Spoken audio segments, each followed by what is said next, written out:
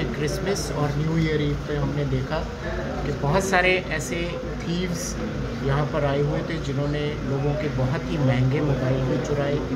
और कई बार क्या होता है, कोई बर्गलर आके रहता है, कोई स्नैचर, कोई रॉबर। तो ये सॉफ्टवेयर एक ऐसा सॉफ्टवेयर है कि जब एक बार कोई आदमी इसमें अपनी एंट्री करता है होटल के रिकॉर्ड में इस सॉफ्टवेयर के थ्रू, तो जब वो दोबारा कभी यहाँ पर आएगा और सेम तरह का अगर वो मोबाइल नंबर या अपना ईमेल आईडी देता है, तो हमें इससे automatically through artificial intelligence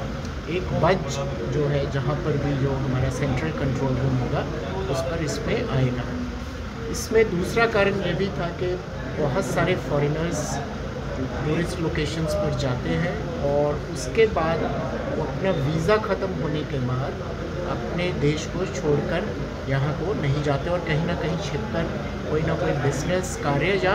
anti social काम करने लगते हैं। तो उसमें भी हमें ये बेनिफिट रहेगा, क्योंकि जो सी फॉर्म सिस्टम है उसमें देखा गया था कि बहुत सारे होटल्स, गेस्ट हाउसेस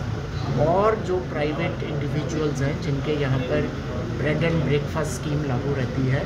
तो वो सी फॉर्म में ऐसी कुछ डिटेल्स नहीं करते थे जिसमें कि अगर कोई फॉरेनर गायब भी हो जाता है तो हम उसको ट्रेस नहीं कर पाते थे। तो इस सॉफ्टवेयर के थ्रू जो सी फॉर्म जब भरा भी जाएगा तो उससे भी ये इंफॉर्मेशन डबटेल की जा सकती है। और इससे पहले कुछ लोगों ने हमें बताया कि टूरिज़्म डिपार्टमेंट का भी सॉफ्टवेयर वो यूज़ करते हैं। तो हम लोग टूरिज़्म डिपार्टमेंट और